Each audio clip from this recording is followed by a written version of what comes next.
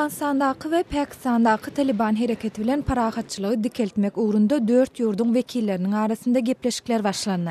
Owanistananyň we Pakistanyň daşary işleri ministrleri şeýlede Birleşen Ştatlaryň we Hytaýyň diplomatlary we harby resmileri 18-nji ýanwarda Kabulda Owan prezidentiniň köşkünde duruşdylar.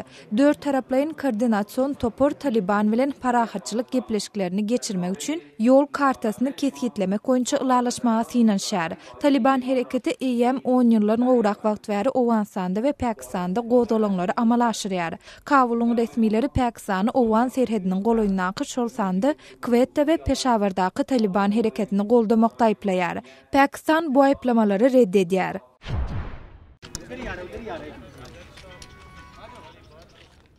Pakistanyň Quetta şäheriniň suwdy öňkü harby ýolbaşçy general Pervez Musharrafy Baloch milli lideri Akbarhan Bugti'niň ölümünde günäsiz tapdy. Akbarhan Bugti mundan 10 ýyla golaý wagt ozal öldürilipdi. İki tarapyň hem aklawçylary suud Musharrafa we bu suud işi bilen baglanşykly beýleki şahtlara garşy ýöňkelýän aýplamalary güýçden aýyrdy diýdiler. Musharraf suud dinlenşigine gatnaşmady.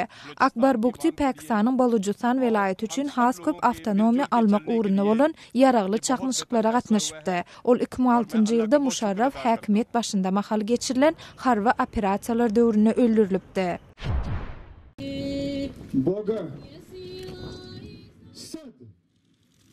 18-nji ýanwarda Serbiýanyň paýtagty Belgradda ýüzüjüler sowuk howa şertlerine garamadan dini däp desura görä suwa çümmek boýunça ýyllyk dabara gatnaşdylar. Olar öz däp desurlarynyň bir bölegi hökmünde Dunay deriýasyna böküp sowuk suwda birek bilen bäsleşdiler. Bu bäsleşige gatnaşjylaryň sowuk howa şertlerine bolan çydamlygy üçin olary mukaddes haç dakyldy. Siz Azatlyk radiosynyň şu günkü täzelikleri bilen tanyşyp boldyňyz.